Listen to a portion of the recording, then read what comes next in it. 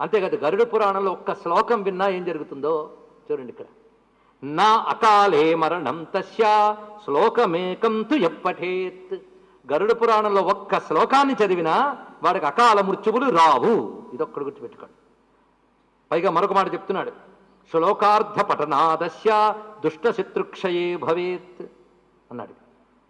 శ్లోకంలో సగం దీన్ని అధ్యయనం చేసిన, శ్లోకంలో సగం చదివినా వాడిని బాధించే శత్రువులు దెబ్బతింటారట.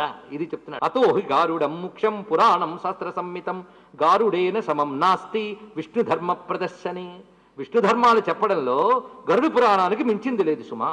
యథాసురాణం ప్రవరో జనార్దనో యథాయుధానాం ప్రవరః సుదర్శనం తథా పురాణేషు చ గారుడంచ ముఖ్యం తదాహుర్ హరితత్వదర్శని. దేవతల్లో విష్ణువు ఎంత ముఖ్యమైన వాడో, ఆయుధాల్లో సుదర్శనం ఎంత ముఖ్యమైనదో, పురాణాల్లో గరుడ పురాణం అంత ముఖ్యం.